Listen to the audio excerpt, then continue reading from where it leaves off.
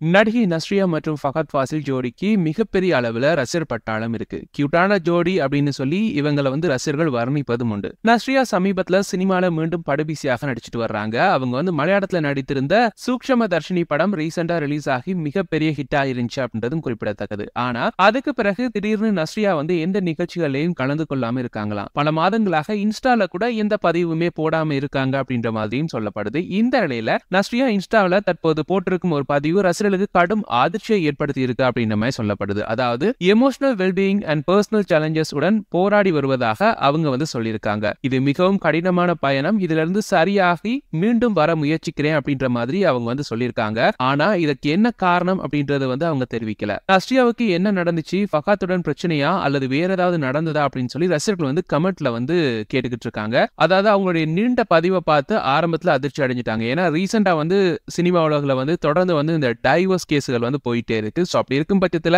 இப்ப ரீசெண்டா டைவர்ஸ் ஆன தம்பதிகள் இதே மாதிரி தான் ஒரு லாங் ஃபார்ம் ஆஃப் லெட்டரை அவங்களுடைய சோஷியல் மீடியால பகிர்வாங்க. சோ இவங்களும் அப்படி பகிர்ந்தோன்னா இத்தனை நாள் இவங்க இருந்த எந்த அப்டேட்ஸுமே வெளியாகல. திடீர்னு இவங்க இப்படி போட்டோன்னா உடனே டைவர்ஸ் அப்படின்னு சொல்லி நினைச்சிட்டாங்க போல. அதுதான் ரசிகர்களுடைய கமெண்ட்ஸ்ல பார்க்கக்கூடியதாக இருக்கு. சோ இவங்க பார்த்தோம் அப்படின்னா இப்ப கொஞ்சம் ஸ்ட்ரெஸ்ல இருக்காங்களா, அதைத்தான் அவங்க சொல்லியிருக்காங்க. சோ விரைவில் அதுல இருந்து மீண்டு வந்துருவேன் அப்படின்ற மாதிரி சொல்லியிருக்காங்க. சோ அதுக்கு பிறகு ரசிகர்கள் அதை புரிஞ்சுக்கிட்டு அவங்க அதுல இருந்து மீண்டு வர்றதுக்கு தங்களுடைய பிரேயர்ஸை கமெண்ட் பண்ணிக்கிட்டு இருக்காங்க. சோ இதை பற்றி உங்களுடைய கருத்துக்களை கீழே கமெண்ட்ஸ் வாயிலாக தெரிவிச்சுக்கோங்க.